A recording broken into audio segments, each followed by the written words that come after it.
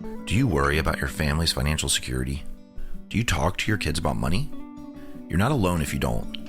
Nearly 80% of American adults say they learned about money the hard way, through mistakes. And according to a T. Rowe Price study, only 1 in 4 parents talk to their children about money regularly. Today on Escape the Clock, my guest is uniquely driven to change that.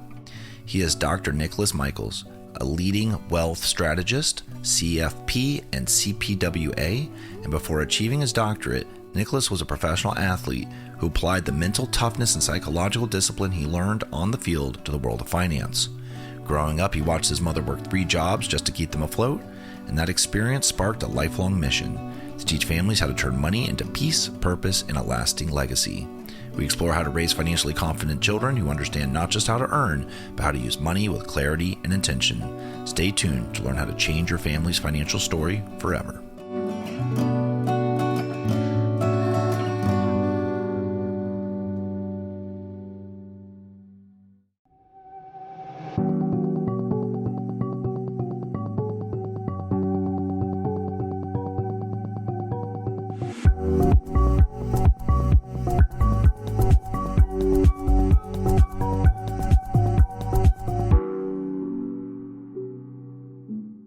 Welcome back to Escape the Clock, the show where we highlight strategies and approaches for achieving financial freedom and having the option not to work. I'm your host, Daniel C. Rogers. A 2025 study found that 35% of teens already have some form of debt, and most say they've never been taught even how interest works.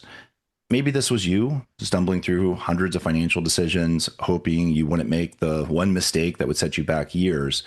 If you've been following this show, you know it's never too late to start your financial freedom plan. But as a parent, I've realized there are really 2 gifts that matter more than any others: my time and the tools to ensure my kids have their time. And time to live freely, pursue what makes them happy, make choices from a position of independence instead of pressure. That's what's really important here. Because if we don't pass on what we've learned, then they will be starting from zero. And in today's world of easy credit, social media comparison, and instant gratification, kids face more financial temptation than any other generation before them. So, how do we make sure our kids or the next generation are all set up for success? Well, today's guest is here to help us figure that out. Dr. Nicholas Michels went from growing up in a trailer park to becoming a professional athlete and one of the country's top financial strategists. He's a CFP, a CPWA, and the founder of Michels Family Financial and the author of the bestseller, Rich by Choice. Through his Rich by Choice movement, Nichols has helped families design lives they love by transforming their relationship with money, starting with the next generation. Nick, welcome to Escape the Clock. Hey, Dan, I'm happy to be here. Thanks for having us. Your story is fascinating. I would love you to just kind of start sharing some of that with the audience, how you kind of grew up with financial hardship, in particular, like what kind of moments in your childhood shaped the way you see money and the way that you're helping others today.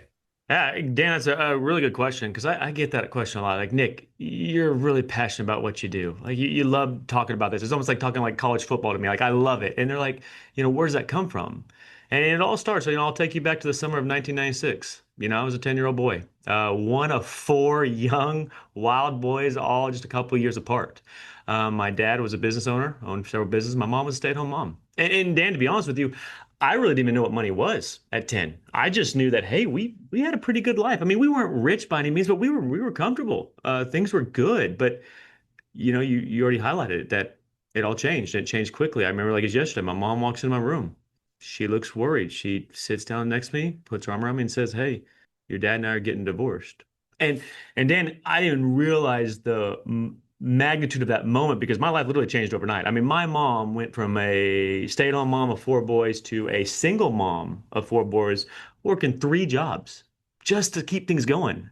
I mean, you can imagine how much our lives changed. I mean, any type of financial security, gone, vanished. Confidence in the future, devastated. I mean, it was at a very young age, I quickly realized how much money greatly influences all of our lives, your life, my life. And we have a choice, either for good or for bad.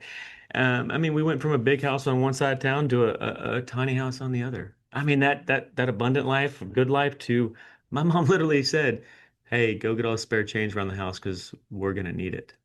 And here's what I learned too, and I get this question a lot, is it really wasn't the stuff. It wasn't losing the stuff, but it was watching the physical pain and toll that it took on my mom and my brothers. And that stuck with me and lit a fire in me. And that's what I love helping people, yes, become rich in money, but also like you described earlier, rich in every area of life and how to protect those riches. So I'm like I said, I'm happy to be here and I love it. We really don't start thinking about money as children until there's a lack of it. When I was quite younger, I had myself, my younger brother. Before my baby brother was born, we lived in a what I thought was a mansion, a really large house. Was not a Hmm. mansion, but it was a nice house, I guess, in a Hmm. cul-de-sac. And we really had, I think, okay, pretty comfortable lives. And then Hmm. we had to move, and not just move. We moved, far away. We moved, a couple cities away, much smaller house, definitely an area that was struggling. And we were confused, like, well, dad doesn't do the same job anymore. We're not able Hmm. to go out to eat anymore. We're not able to buy anything anymore. What's going on? And it was Hmm. never explained to us. It wasn't until much later where, we kind of we can confront our parents and say, look, I don't know why you're hiding this, but obviously Hmm. something was going on with money. And we find out my dad went through a bankruptcy and, business shut down, couldn't Hmm. afford to pay the mortgage, had to Hmm. move. All these things happen. These leave an emotional imprint on us, even if we don't understand what's happening in those early years. For when that was happening to you, I mean, you had a really specific transition point. What Hmm. kind of emotional imprint, looking back, do you think that left on you? And lessons have you brought forward from that? And what have you been trying to unlearn from some of the things that landed on you? Yeah, it's a really good question, Dan, because I don't think people realize how much kids notice and how much kids see. Like kids are smart and they notice a lot more than what we parents think they do. I mean, they see everything. And it just what really stuck with me was like I said, it wasn't the stuff like maybe going out to eat or this or that, but it was more like the freedom and the peace you have when you're in a good financial situation than to another. And what I realized too is when you're in a bad financial situation, and there's nothing wrong with being in a certain place like where you are right now.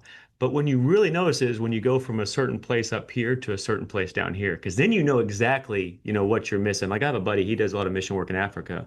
And these kids, compared to America's standards, they don't have anything. I mean, we would classify as dirt poor, but you know what? They're the happiest kids in the world because they don't know what they don't know. But it's when you lose something or take a couple steps back, that's when you know what you're missing. And so that was huge. It was. And it was me searching for, hey, I want that peace, that comfort, because when you're having money problems and struggles, it creeps into every area of your life. Like it's hard just to enjoy a night with family or a night out because what are you thinking about? All the money issues. It's like this huge burden on your back, and that's what I realized because it wasn't necessarily the money itself, but it was the life that you want and the life that it can create. You mentioned your mom was working three jobs and just trying to hold Hmm. the family together. Did she talk about money at all, or did you just kind of see it on her as she was going through life? I don't remember us ever sitting down and like going over the family budget together, but it's in every conversation. Like we can't do this, we can't afford that. And then, mom, she was gone a lot. I mean, working three jobs. I mean, I mean, from being home, I mean, we don't when you have a stay-at-home mom, I mean, you're lucky. Like you forget your lunch money, you forget the home, whatever. You have some, I mean, they're there. They're present, they're there all the time, which is wonderful. And I'll be honest with you, we probably took that for granted. We just didn't know. But then it was her being gone and then not having all the stuff that we did or the life that we did. But I tell you what, Dan, what really changed though, what really changed for me when I was 16 years old, I was working at a golf course and I wasn't a fun job. I think I took out the trash. I picked the golf balls off the driving range. I changed flat tires. That's how I learned how to change a flat tire. Was on a golf cart. But Rex, the owner, Rex took me aside, one of the nicest man you'll ever meet. And we used to play a game called Who Wants to Be a Millionaire. And he actually showed me, didn't just tell me, but showed me, said, hey, and I was probably making, like I said, $5 an hour, nothing. But he showed me if I took a little bit of that and put it back, and I can't remember the exact dollar amount, but it was a significant amount of money. But to me, it felt like millions by the time I got into my 30s. But what I remember specifically was it was a aha moment of, oh my gosh. Wait, you're telling me that I can change my stars. You're telling me that my future can be better than my past. You're telling me I don't have to be poor the rest of my life and I don't have to be rich to invest and become even richer. It was that one thing that just sparked. And I remember like it was yesterday. And what it did is it started to, I wanted to learn more. Okay, show me more. I learned that one thing. Okay, that's power or empowering me. Now I want a little bit more. And so I just that was one of those things that I was really excited about. How do you think you felt or thought about money before that moment? Powerless. Because when you go from a certain life like where we were to, being poor, you start to see the life that you want. You see another people. Like I worked at a golf course. I could see other people's lives that I didn't know them personally, but you could just tell, hey, they're a little bit more joy, a little bit more peace in their life. They're able to do a little bit more things. You start seeing those lifestyles, and you're wanting them, and then it's just like, oh my goodness, I can do that. I can have that. The life that I want and desire, I can build it. And so it's exciting. I mean, it's just, I mean, because you go from a kid to this life to that life, and all of a sudden, boom, you find a way. And it is from the person too. Rex was a person who, same rags to riches. And if it worked for him, guess what? And he was showing me how to do it. He was living a living example that, hey, this can be done. When he was talking to you about money, I know Hmm. that has had to have been a big watershed moment in your life because one, he's putting it out in the open, Hmm. destigmatizing it, and it's allowing you to start thinking about your relationship with money. Maybe you hadn't been thinking about it too much, but it gave you an opportunity in a weird way, right? It set you on a Hmm. path. And there was a study, Cambridge University did this study that said by age 7, most children have already formed their basic money habits. So, there is an opportunity to kind of teach financial literacy to Hmm. children, but most parents don't. Only 23% of parents report feeling confident to teach kids about money at all. And this might Hmm. be because they weren't taught or whatever it is. But the outcome is significant. Even if parents do well, Hmm. generational wealth, 60% of it's usually lost by the next generation. The generation after that, it's usually 90%. It's hard to maintain the wealth. And I feel like if you don't teach the values, it doesn't happen. So I'd love to, Hmm. because I know you're a trained psychologist as well. So when does a child's money identity really start taking shape, and how much of it comes from what they see versus what they're being taught? Yeah, yeah. What you're referring to is what's classified as shirt sleeve to shirt sleeve. So essentially, what you just described is 90% of legacy plans fail in America. I mean, essentially what you just said, and just make it real simple. 90% of the time. I mean, how alarming is that? Because as parents, Dan, you know this. Our number one goal is to help create a better life for our kids, give them all the opportunities, that we want them to be happy, whatever that means for them. But 90% of the time, the things that we want to pass on doesn't. And so that's very alarming. And there's a couple of things that you can do. Yale did a study and they said 85% of that problem, shirt sleeve to shirt sleeve, can be conquered with just two things. So you have an 85% chance of success if you just do two things. And one is financial literacy. Number one is financial literacy, teaching your kids about money. Now, that is multiple areas because, yes, it's great to talk, but what did I mention earlier about Rex? Rex was living what he was teaching me. I mean, he was proof in the pudding that, hey, I can look at this guy and I mean, the guy owns a golf course and he's a really nice guy, well respected. So what he says carries weight. And there's a lot of studies out there that say kids can learn more by us on how we live our lives than what we say. Because if we're sitting over here, hey, be smart with money and make choices, but then we're going out the back door, I mean, they're not going to pay attention. So yes, how we live out our lives is absolutely important. And then also too is being honest with your kids. Like I've told my kids where, hey, dad made a money mistake here. Let me tell you about this story where I messed up. But also let me tell you about these other stories where I've had success, and to where it's almost like I'm swallowing my pride and I'm just gonna be honest with them. Because guess what? They're gonna be adults one day. They're gonna go through the real world. There's no point in hiding things or shaming things about my own choices. The other thing that they say, the second thing, so the first one is financial literacy. So living it out, but also teaching them. And I think big on teaching them is put it on the calendar. It's not just, hey, okay, I heard Dan say today, and Dan's a genius, and I'm gonna go home and teach my kids about money today. No, it's, hey, we need to do it once a month, once a quarter, once a week, whatever that you feel in your heart, but it needs to be routine. It needs to be on the calendar where you're doing it. Because life comes at us fast. The next one is what they call empowerment. Okay, so we got financial literacy number one. Next one is empowerment number two. And what that means is talk openly to your kids. Like as they get older, most of the conversations I see and hear from parents to kids is, hey, son, hey, daughter, hey, whomever. I met with my financial advisor, I met with our estate attorney, and guess what? You're getting half or you're getting a percentage. And that's wonderful. But they said actually, the more you can elaborate, and then at a responsible age when the kids are older, but go deeper. Hey, son, hey, daughter, let me ask you a question. If you were to inherit X, it might be $10, it might be $10 million, whatever it is. What would you do with it, Dan? What would you do if I died today and you inherited $10 million? What would you do with it? And listen to them. Okay, son, that daughter, that's wonderful. Now let me tell you about the core values your mom and I, how we built this.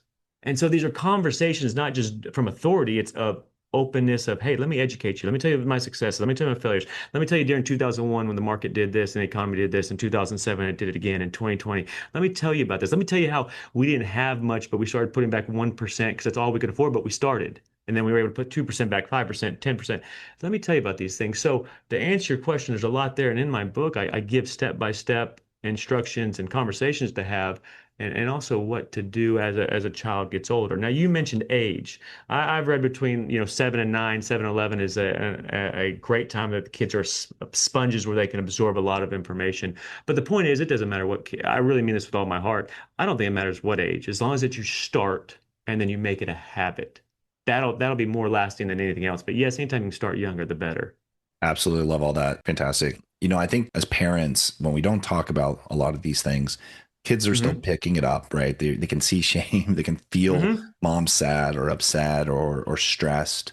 I can still remember my dad coming home before everything kind of went to crap, and he was just really upset, lashing out, not handling it well, and we didn't Hmm. know there was a money thing going on. He never talked about that. So, there's messages, subtle messages always being passed on. I think even when parents don't realizing it and talking about it openly, especially about financial mistakes, do you think Hmm. that can be really great? And it sounds like what you're saying is that can do more good than harm, even though Oh, it does absolutely. mean some vulnerability, right? It can be hard Hmm.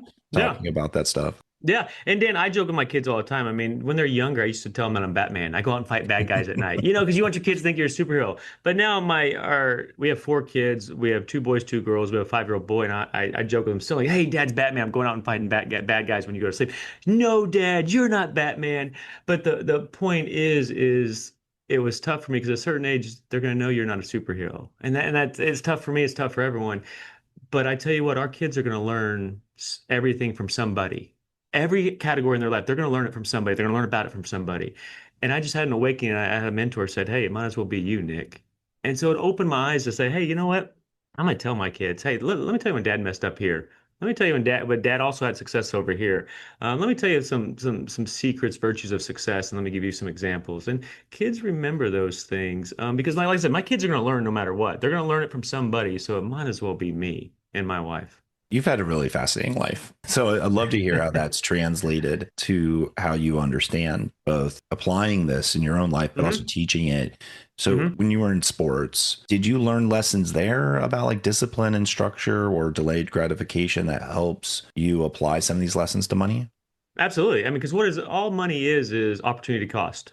What is the inherent value of today's choices versus for future rewards or lost rewards because of current choices? My wife and I have a nonprofit going on teaching high school kids about money, and so I was in the class this past Friday, and great group of kids. Like I said, kids are smart. I love it because they see everything and they have great questions. But I told them, hey, I growing up, in college, I was an All-American. I was an academic All-American. I got to play professional basketball in Europe. I got to work out with several NBA players, and a lot of them you would know.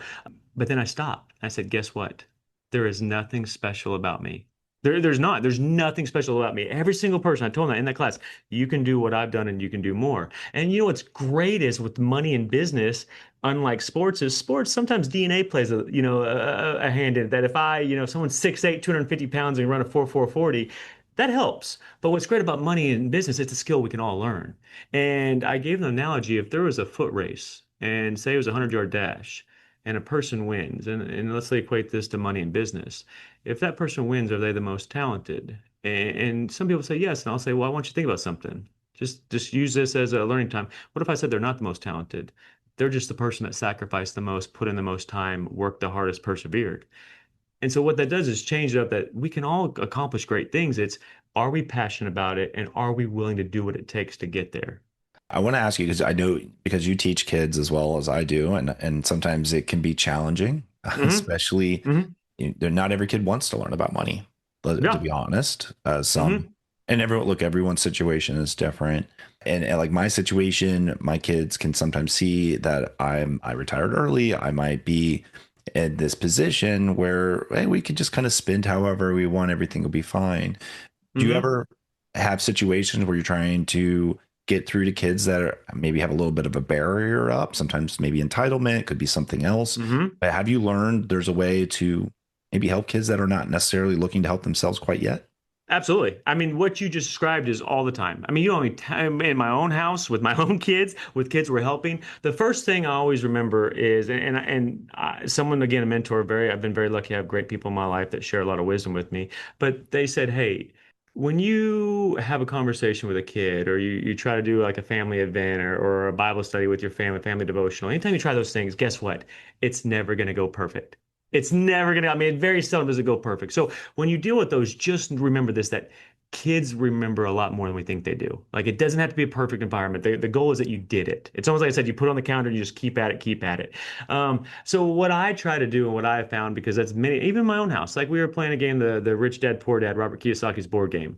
I don't know if you play that game. It's wonderful, but it can take hours upon hours. And my kids aren't going to sit there. And sometimes they'd be doing the thing. So I found ways to speed it up, but I also found ways to make it fun.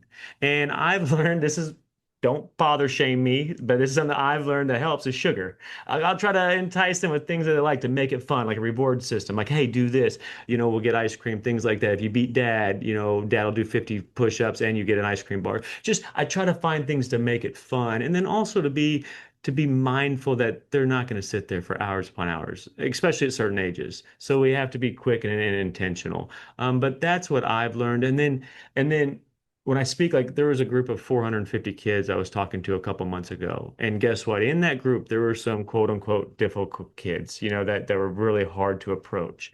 And here's, I truly believe this, there's no such thing as bad kids. There's just kids that come from tougher environments. Maybe they're going through something in their own personal life, just like we all do. So it's never personal.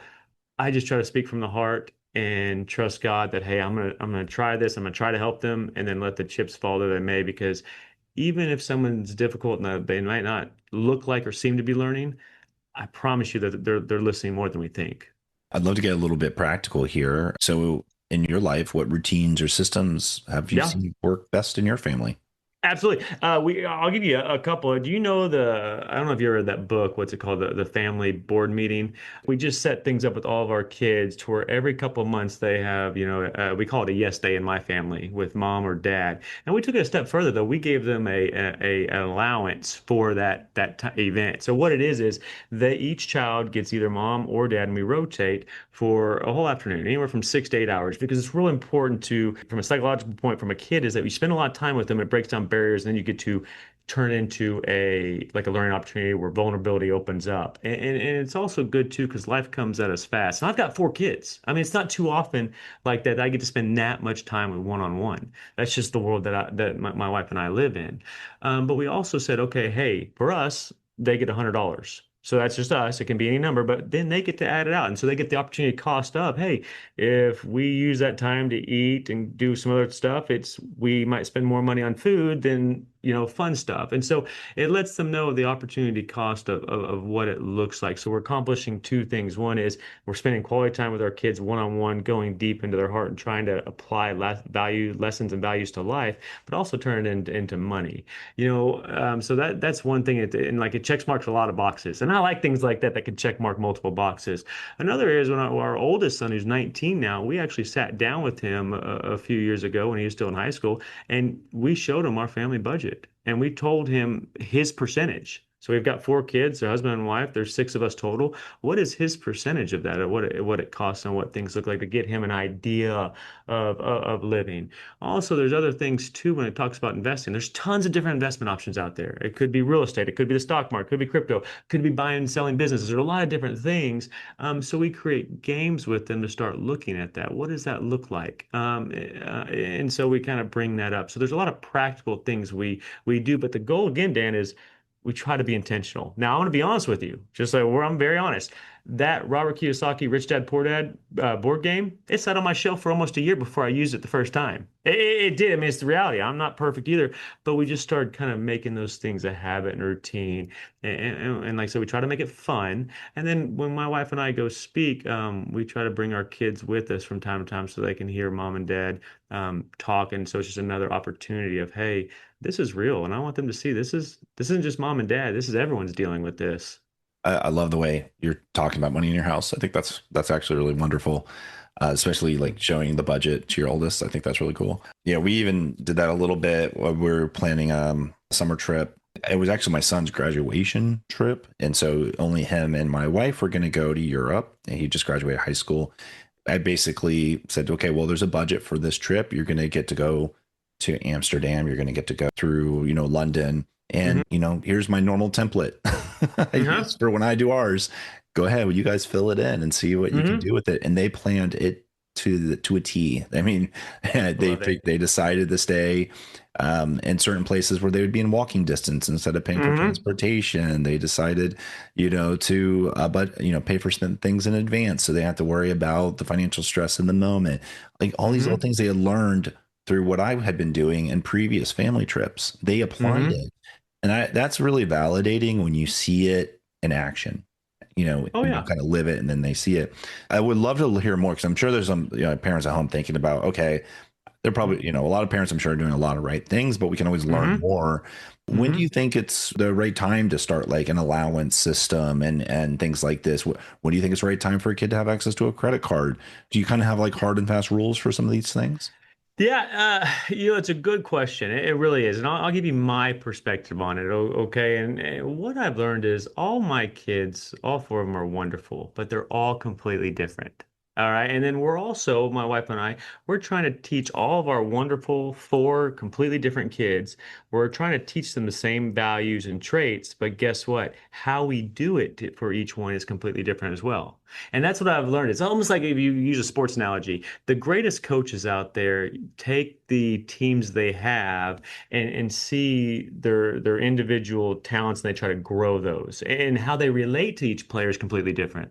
And there's not, and I think that's wonderful. So our kids that way. So bottom line is every kid's a little bit different in how you approach them, what you try to learn. So first of all, when it comes to the right age for learning about money, I think you can never start early enough. I mean, just like I said, make it a habit, put it on the calendar and do it. Now, the credit card one, that's a tough question. I mean, it really is. And it's a good question, Dan, but I don't have an exact rule. Now, me personally, ours oldest is 19, about to be 20. I did not get him a credit card in high school. I didn't. Now, not because anybody who does, again, when I started having my own kids, I stopped judging other parents because being a parent's tough, and these are tough questions and decisions to make. So if you did, I'm not saying you're wrong. We just didn't because we didn't see a need from it. But what we did when you talk about money, like you talked about, what we say to our kids, but also how we say it. With our kids, like we don't when they want something, we don't just say no, like we can't afford that or da da da da, because that sends psychology to them, and I believe in a negative way. We tell them why. Like I'll tell my kids, like we think a good investment in our family is us traveling together. Like I love that. It brings me joy, it brings my wife joy. So we tell them that, hey, mom and I will spend money here because we think it's a great investment. We're not spend money over here. So it's not just no, we're not going to do that. But let me tell you why. So I think that's really important. It's not what you're saying, but it's how you're communicating to your kids. But on top of that, like our oldest son now is 19. You know how great it was that I got to show him just what Rex showed me? Hey, son, you've got this job now. You're taking the world. I'm so proud of you. You're working. If you took that 90-10 rule, just took 10% back, do you know how many millions would be there by the time you're 65, 70 years old? So I get to start these practical applications, and that's exciting as well. Yeah, absolutely. And look, the credit card one is a hard one. 40% of college students end up with credit card debt within their first year. We start with debt, starting with debt earlier. You could argue you have more time to get out of it, but that's not always what I've seen. I see what it does is Hmm. it buries you faster. So, we got to be careful with some of these things. We want to empower people and have more financial tools in their tool belt, I think. Because if you Hmm. only think, oh, your one powerful thing is a credit card, and you're Hmm. borrowing and you're taking money from your future self. Well, if you don't know how to budget to save money from your present to pay back your future, then all you've done is gotten into trouble. So I think like you're right. You have to explain these things. You can't just Hmm. do it. You have to give the details. Yeah, While we have time, I really want to get into this last big one though, which is legacy. sure. Because Okay. honestly, that's what this is about. This is about legacy, Hmm. right? Hmm. So, what does financial legacy mean to you personally? Like, and how can everyday families create one, even if they're not wealthy yet? Yeah, it's a really good question because that word legacy can kind of have a corporate meaning, kind of a stuffy. But when I see legacy is, for me, it's everything you want to pass on to your kids. Yes, money is a part of that, but all the and not just tangible things, but intangible. I mean, our core values, and also life experiences. I mean, that's all within quote unquote legacy is us. It's our ripple effect on them and their lives while we're here and then after we're gone. You know, it's so important. I go into remember we talked about those two things that shirt sleeves to shirt sleeve. 90% of wealth legacy plans fail in America, which is terrible.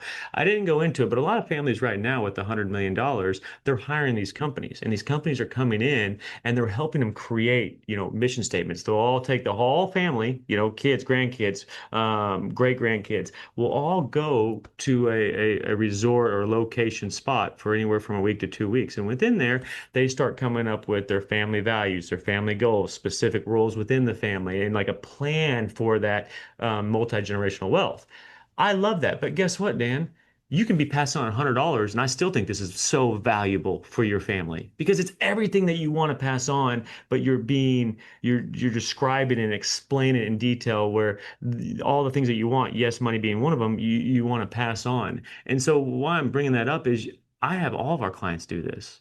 We have every single one of them start to do this. Hey, whatever it is that they want to pass on and stories that they want to pass on of, hey, like I said earlier, this is what helped your mother and I overcome this issue. Hey, this is an issue where we got into trouble and we helped overcome it. So this is a huge thing. So when it comes to my wife and I, legacy is a huge word of yes, we're building wealth and we're going to pass on. So the goal is our kids to use that as a springboard to elevate their lives, not something that they just milk dry.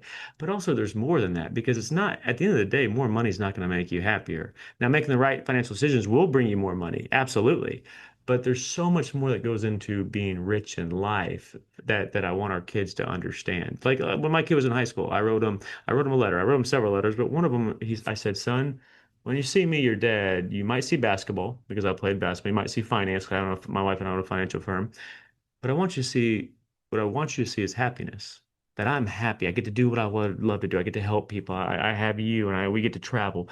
Let me tell you what I call like the secrets of success. And I started talking about perseverance and integrity and all those things, following God. 6 months later, I told him I made a mistake when I wrote him that letter. I said, son, when I wrote you that letter, I probably shouldn't have said happiness. I should have said overcoming adversity. Because all throughout your life, you're going to overcome adversity. Life's going to throw things at you. Happiness is on the other side of adversity.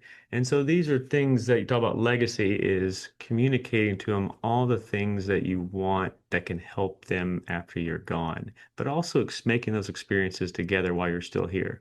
It's really not lost on me when you're talking that intention is such an powerful part of your philosophy. Because Hmm. rich by choice, right? What is that about? That's about intention. It's about choosing to work towards peace or purpose or legacy, prosperity. Hmm. And Hmm. it sounds like that's what you're getting at there. And like, if there's one thing you can teach your children or anyone, it's Hmm. choose to take those actions to take care of yourself. Treat money as that means to that end, because the end is getting through that adversity, and then therefore you can have happiness. Is that right? Absolutely. And there's also several keys to happiness. Like Martin Siegelman, he's wrote The Psychology of Happiness, and I agree with him. My book's about this a lot because money is one form. Just as achievement and setting goals is one form of happiness, but there's so many more forms of happiness or levels of happiness that you need to truly have a fulfilling life. Now, here's the thing too. Dan, my wife and I, we went through our complete wealth management process. We've checked all the boxes, da da da da. But I've got 4 kids. Do they all eat their vegetables and go to bed on time and never talk back to mom and I? No, life's still going to come at you. But what it does do by being smart with money and taking the control and learning this, it's like taking this big boulder off your shoulders where you do get to be more present. You do get to enjoy life, even though it won't be perfect, but it's a much better option than the alternative. That's wonderful. Thank you so much, Nick, for joining Hmm. us today. How can Yep. listeners connect with you and find your book, Rich by Choice? You're listening right now, I want to give you a free gift. If you go to www.richbychoicebook.com, richbychoicebook.com, right there, it'll say free gift and a green square. Click it. Click compounding by choice. Okay, this is one of those chapters we've received thousands of people reaching out saying how it's benefited their life because we talk about money, you think of compound interest, right? Well, here's the thing. Every area in your life right now is compounding. every single area. It's either compounding for good or compounding for bad. And what this chapter does is, yes, teach you about money and compound interest, but it helps you identify the areas in your life that are most important to you. And it could be money, it could be relationships, it could be faith, it could be health and wellness, it could be all these things. And it gives you little things that you can start doing on a daily, making it a habit that's going to get you to where you want to be. Because happiness is not when we reach the goal. Happiness is taking those steps to start achieving the things we want. Yes, and helping your kids with money can be one of them. So it's understanding that, and it's a powerful thing. And so it's my free gift to you. Like I said, richbychoicebook.com, compounding by choice. Click on it, I'll email it to you. It kind of changed the way I view the world and life in general. And so I hope it has as much impact positively on you as it did on me. Thanks so much for that. We'll make sure that's in the show notes and also in the newsletter this week. Thanks so much again for being on the show, Nick, and helping us figure out how to talk to our kids and help hopefully build some legacy. I love it. Dan, thanks for having me. God bless everybody.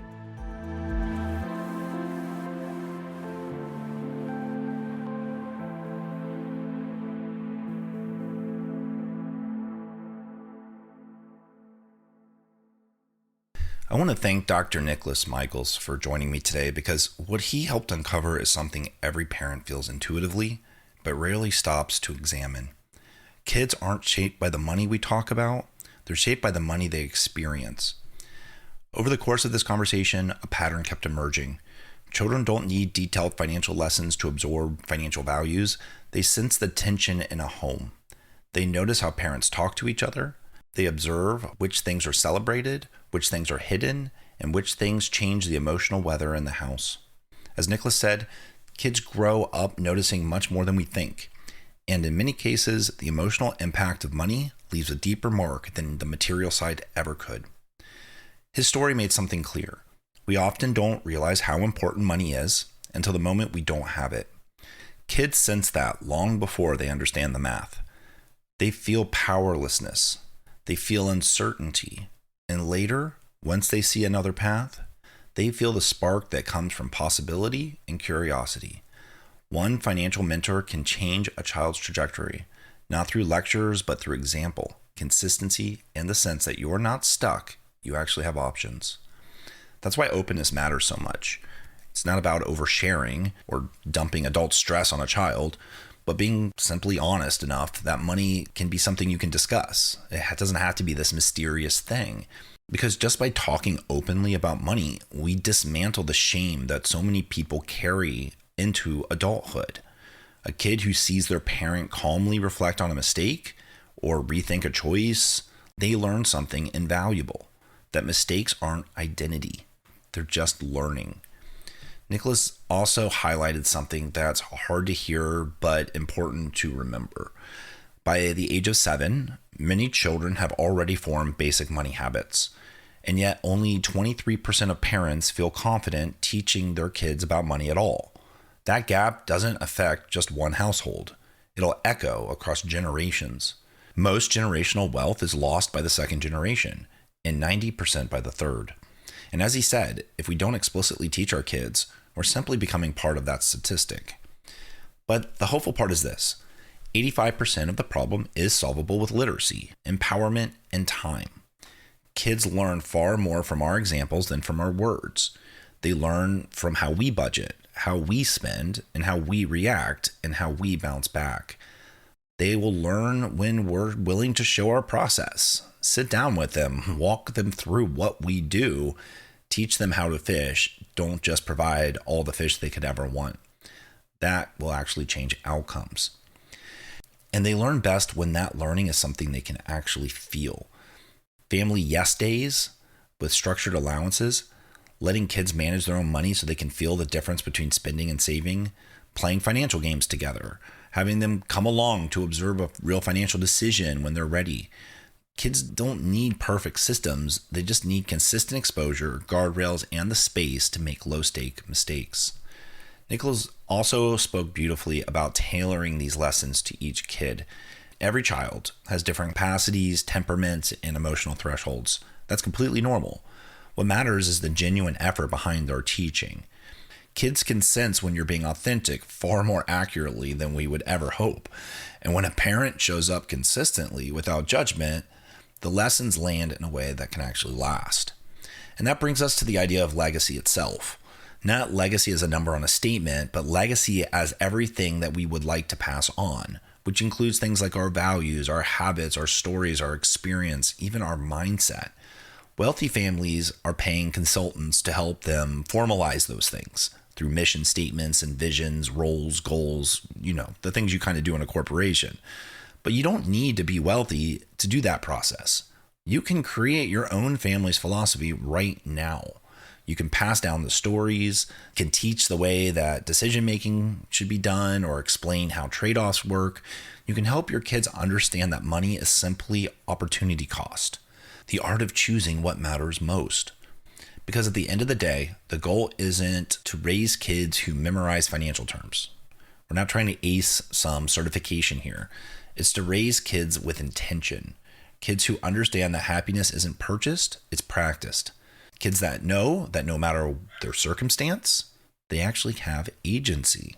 Kids who learn that life will challenge them in ways money can't solve, but also that money, when used well, can give them options, safety, and time to recover. So, as you reflect on today's conversation, I'd love for you to think about this. What small money message is your child picking up from you this week? Is it fear, confidence, secrecy, curiosity, generosity? Whatever it is, it matters. Because the subtle messages often become the stories our kids carry into adulthood. If today's episode encouraged you, challenged you, or gave you any new way to think about raising financially free kids, I would love to hear about it. You can always share your thoughts in the comments or by emailing me at contact@escapetheclock.com. Thanks as always for listening. Best of luck building a legacy that lasts and escaping the clock. I'll see you next week. Thanks for tuning in to this episode. Remember, while I'm not yet a financial planner, I am getting my degree in wealth management. You should take anything you've heard here as tips and advice to making your plan. To learn more, visit www.escapetheclock.com. There, you can find the book, resources, including the planner, and you can even schedule time with me. Please remember to like and subscribe so you don't miss an episode. Thanks for tuning in, and I'll catch you next time.